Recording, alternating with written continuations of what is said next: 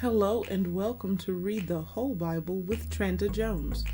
I'm Trenda and this is day 107. Let's read, and may the Lord add a blessing to the reading of His Word.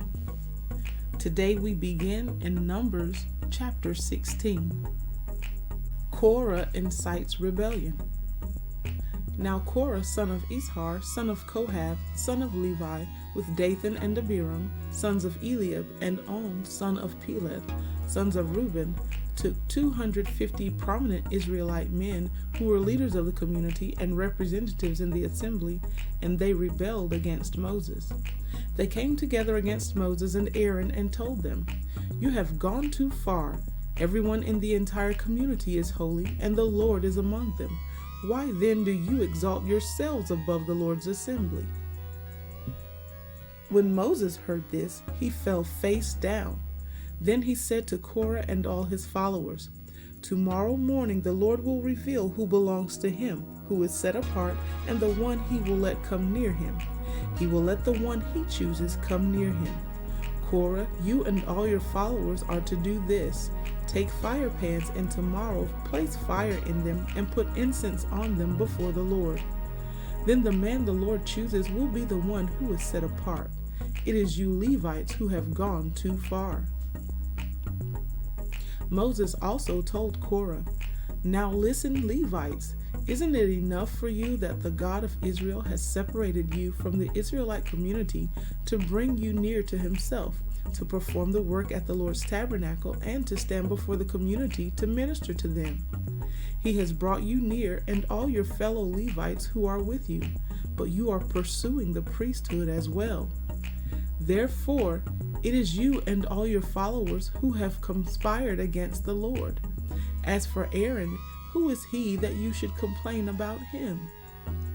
Moses sent for Dathan and Abiram, the sons of Eliab, but they said, "We will not come. Is it not enough that you brought us up from a land flowing with milk and honey to kill us in the wilderness? Do you also have to appoint yourself as ruler over us? Furthermore, you didn't bring us to a land flowing with milk and honey, or give us an inheritance of fields and vineyards. Will you gouge out the eyes of these men? We will not come." Then Moses became angry and said to the Lord, "Don't respect their offering. I have not taken one donkey from them or mistreated a single one of them." So Moses told Korah, "You and all your followers are to appear before the Lord tomorrow, you, they, and Aaron. Each of you is to take his fire pan, place incense on it, and present his fire pan before the Lord, 250 fire pans. You and Aaron are each to present your fire pan also." Each man took his fire pan, placed fire in it, put incense on it, and stood at the entrance to the tent of meeting along with Moses and Aaron. After Korah assembled the whole community against them at the entrance to the tent of meeting, the glory of the Lord appeared to the whole community. The Lord spoke to Moses and Aaron, "Separate yourselves from this community so I may consume them instantly." But Moses and Aaron fell face down and said, God who gives breath to all, when one man sins, will you vent your wrath on the whole community?"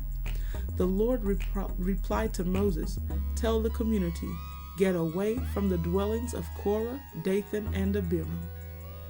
Moses got up and went to Dathan and Abiram, and the elders of Israel followed him. He warned the community, "Get away now from the tents of these wicked men. Don't touch anything that belongs to them, or you will be swept away because of all their sins." So they got away from the dwellings of Korah, Dathan, and Abiram.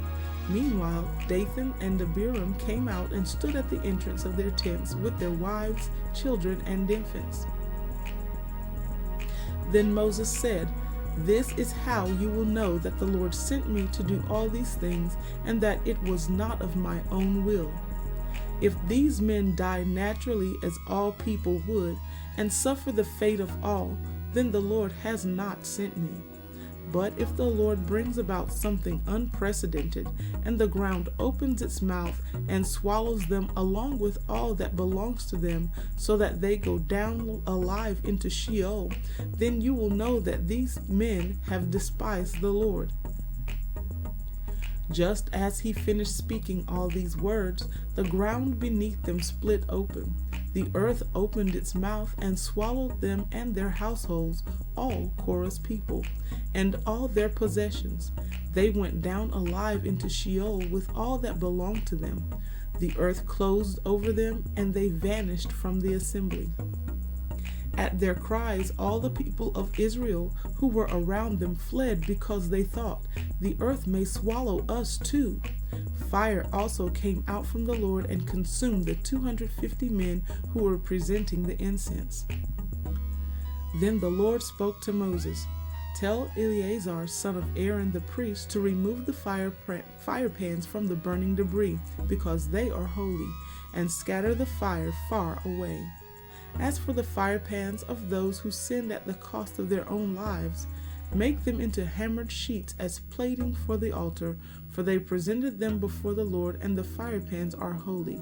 They will be a sign to the Israelites." So the priest Eleazar took the bronze fire pans that those who were burned had presented, and they were hammered into plating for the altar, just as the Lord commanded him through Moses. It was to be a reminder for the Israelites that no unauthorized person outside the lineage of Aaron should approach to offer incense before the Lord and become like Korah and his followers. The next day, the entire Israelite community complained about Moses and Aaron, saying, "You have killed the Lord's people." When the community assembled against them, Moses and Aaron turned toward the tent of meeting, and suddenly the cloud covered it, and the Lord's glory appeared. Moses and Aaron went to the front of the tent of meeting, and the Lord said to Moses, "Get away from this community so that I may consume them instantly." But they fell face down. Then Moses told Aaron, "Take your fire pan, place fire from the altar in it, and add incense. Go quickly to the community and make atonement for them, because wrath has come from the Lord. The plague has begun." So Aaron took his fire pan as Moses had ordered, ran into the middle of the assembly, and saw that the plague had begun among the people. After he added incense, he made atonement for the people. He stood between the dead and the living, and the plague was halted. But those who died from the plague numbered 14,700, in addition to those who died because of the Korah incident. Aaron then returned to Moses at the entrance to the tent of meeting, since the plague had been halted. Song of Songs, also called Song of Solomon, chapter 5, and we resume reading at verse 10. "My love is fit and strong, noble among 10,000. His head is purest gold, his hair is wavy and black as a raven.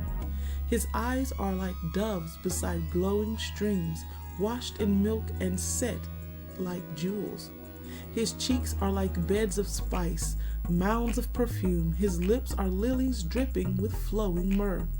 His arms are rods of gold set with beryl.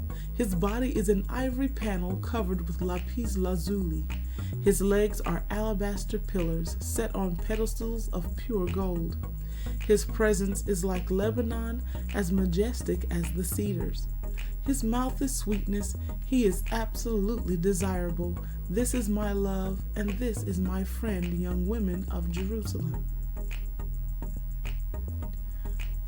Song of Songs, chapter 6. The Young Women. "Where has your love gone, most beautiful of women?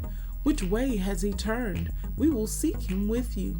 Woman, my love has gone down to his garden, to beds of spice, to feed in the gardens and gather lilies. I am my love's, and my love is mine. He feeds among the lilies. Man, you are as beautiful as Tirzah, my darling, lovely as Jerusalem, awe-inspiring as an army with banners. Turn your eyes away from me, for they captivate me. Your hair is like a flock of goats streaming down from Gilead. Your teeth are like a flock of ewes coming up from washing, each one having a twin and not one missing. Behind your veil, your brow is like a slice of pomegranate. There are 60 queens and 80 concubines and young women without number. But my dove, my virtuous one, is unique. She is the favorite of her mother, perfect to the one who gave her birth. Women see her and declare her fortunate, queens and concubines also, and they sing her praises. Who is this who shines like the dawn, as beautiful as the moon, bright as the sun, awe-inspiring as an army with banners? Woman, I came down to the walnut grove to see the blossoms of the valley, to see if the vines were budding and the pomegranates blooming. I didn't know what was happening to me. I felt like I was in a chariot with a nobleman.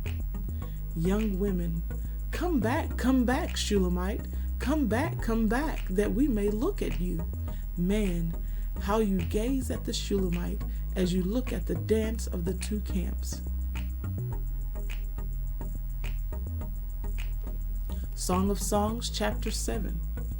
How beautiful are your sandaled feet, princess. The curves of your thighs are like jewelry, the handiwork of a master. Your navel is a rounded bowl. It never lacks mixed wine. Your belly is a mound of wheat, surrounded by lilies. Your breasts are like two fawns, twins of a gazelle. Your neck is like a tower of ivory. Your eyes like pools in Heshbon. By Bath Rabim's gate, your nose is like the tower of Lebanon, looking toward Damascus. Your head crowns you like Mount Carmel, the hair of your head like purple cloth. A king could be held captive in your tresses. How beautiful you are and how pleasant, my love with such delights. Your stature is like a palm tree. Your breasts are clusters of fruit. I said, I will climb the palm tree and take hold of its fruit. May your breasts be like clusters of grapes, and the fragrance of your breath like apricots. Your mouth is like fine wine, flowing smoothly for my love, gliding past my lips and teeth. I am my love's, and his desire is for me. Matthew chapter 5. When he saw the crowds, he went up on the mountain, and after he sat down, his disciples came to him. Then he began to teach them, saying, Blessed are the poor in spirit, for the kingdom of heaven is theirs. Blessed are those who mourn, for they will be comforted. Blessed are the humble, for they will inherit the earth. Blessed are those who hunger and thirst for righteousness, for they will be filled. Blessed are the merciful, for they will be shown mercy.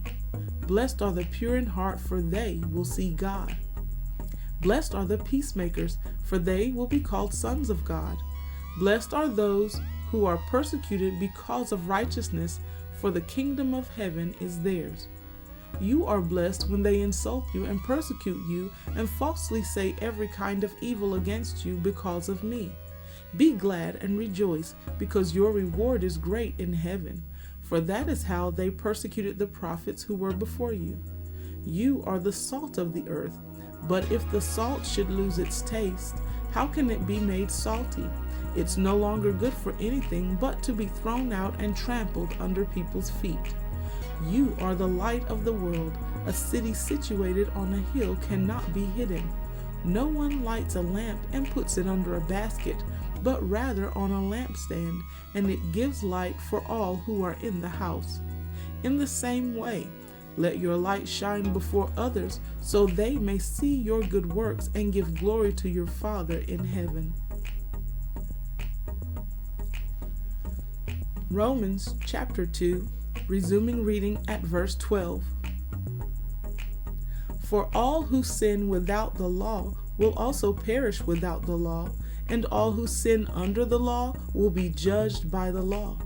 For the hearers of the law are not righteous before God, but the doers of the law will be justified. So when Gentiles who do not by nature have the law do what the law demands, they are a law to themselves, even though they do not have the law. They show that the work of the law is written on their hearts. Their consciences confirm this.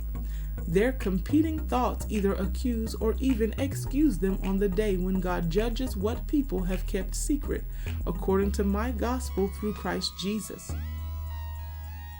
Now, if you call yourself a Jew and rely on the law and boast in God and know His will and approve the things that are superior, being instructed from the law, and if you are convinced that you are a guide for the blind, a light to those in darkness, an instructor of the ignorant, a teacher of the immature, having the embodiment of knowledge and truth in the law, you then who teach another, don't you teach yourself?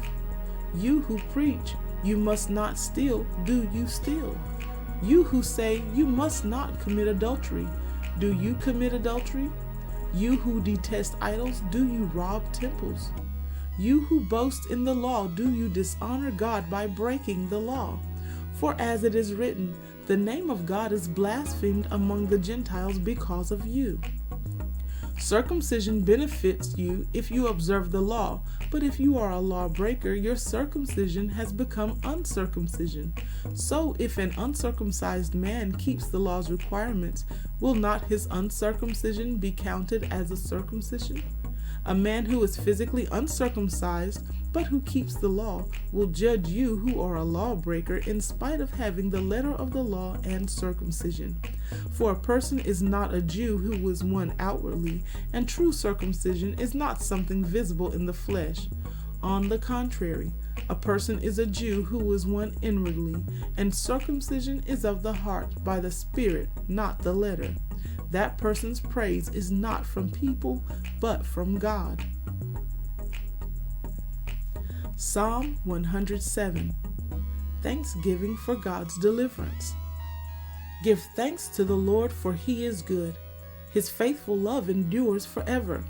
Let the redeemed of the Lord proclaim that He has redeemed them from the power of the foe and has gathered them from the lands, from the east and the west, from the north and the south. Some wandered in the desolate wilderness, finding no way to a city where they could live. They were hungry and thirsty. Their spirits failed within them. Then they cried out to the Lord in their trouble. He rescued them from their distress. He led them by the right path to go to a city where they could live. Let them give thanks to the Lord for His faithful love and His wondrous works for all humanity. For He has satisfied the thirsty and filled the hungry with good things. Others sat in darkness and gloom, prisoners in cruel chains, because they rebelled against God's commands and despised the counsel of the Most High. He broke their spirits with hard labor. They stumbled, and there was no one to help. Then they cried out to the Lord in their trouble. He saved them from their distress. He brought them out of darkness and gloom and broke their chains apart. Let them give thanks to the Lord for His faithful love and His wondrous works for all humanity. For He has broken down the bronze gates and cut through the iron bars. Fools suffered affliction because of their rebellious ways and their iniquities. They loathed all food and came near the gates of death. Then they cried out to the Lord in their trouble. He saved them from their distress. He sent His word and healed them. He rescued them from their traps. Let them give thanks to the Lord for His faithful love and His wondrous works for all humanity. Let them offer thanksgiving sacrifices and announce His works with shouts of joy. Others went to sea in ships, conducting trade on the vast water. They saw the Lord's works, His wondrous works in the deep. He spoke and raised the stormy wind that stirred up the waves of the sea, rising up to the sky, sinking down to the depths, their courage melting away in anguish.